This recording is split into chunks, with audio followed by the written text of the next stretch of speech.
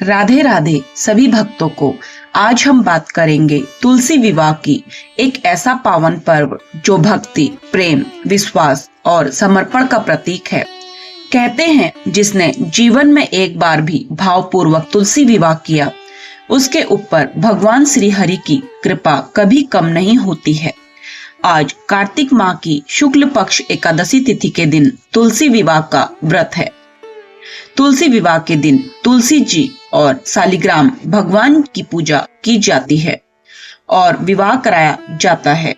तुलसी विवाह के दिन आपको तुलसी माता की पूजा आरती करनी चाहिए और साथ ही शालिग्राम भगवान की पूजा और आरती करनी चाहिए।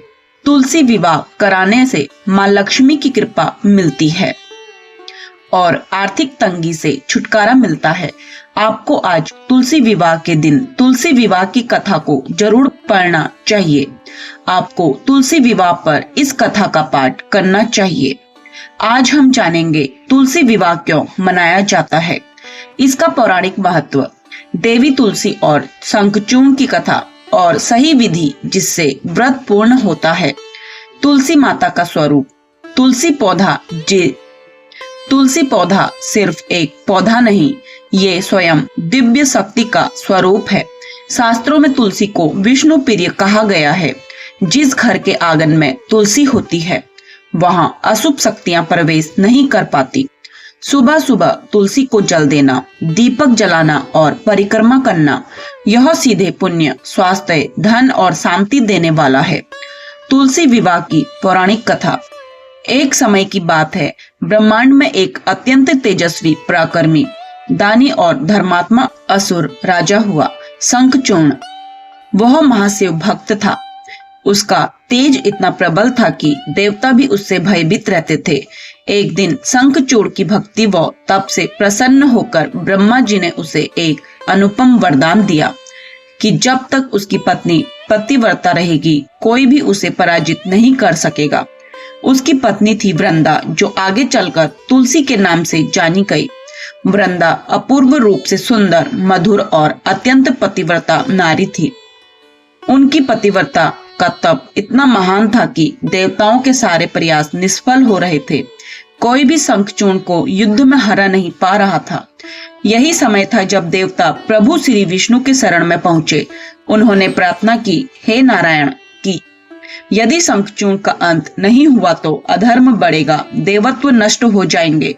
भगवान श्री विष्णु ने करुणा की। विष्णु जी ने शंखचूर्ण का रूप धारण कर वृंदा के घर प्रवेश किया।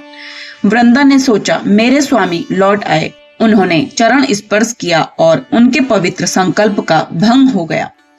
उसी क्षण युद्ध भूमि में शंखचूर्ण का तेज क्षीण हो गया और भगवान शिव ने उसके त्रिशूल से शंखचूर्ण का वध कर दिया। जब वृंदा को यह सत्य ज्ञात हुआ कि उनके पतिव्रत धर्म को श्री विष्णु ने लीला हेतु भंग किया, तो उन्होंने क्रोध और दर्द में कहा, हे विष्णु, आपने मेरी सच्ची निष्ठा को तोड़ा है। आज से आप पत्थर के समान कठोर हो जाएं। उनके वचन सत्य हुए और इसी से श्री विष्णु शालिग्राम रूप में प्रकट हुए।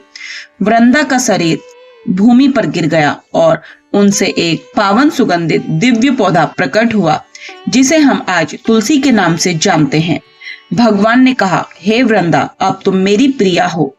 तुम्हारे बिना मेरी पूजा अधूरी है और कार्तिक मास में मैं स्वयं तुमसे विवाह करूंगा। इसी दिव्य मिलन को तुलसी विवाह कहा जाता है। तुलसी विवाह का महत्व। तुलसी विवाह करने से सुख समृद्धि बढ़ती है, घर में शांति और लक्ष्मी का वास होता है, संतान प्राप्ति, दाम्पत्य सुख और पारिवारिक प्रेम बढ़ता है, हर मनोकामना पूर्ण होती है। कैसे करें तुलसी विवाह? सरल विधि।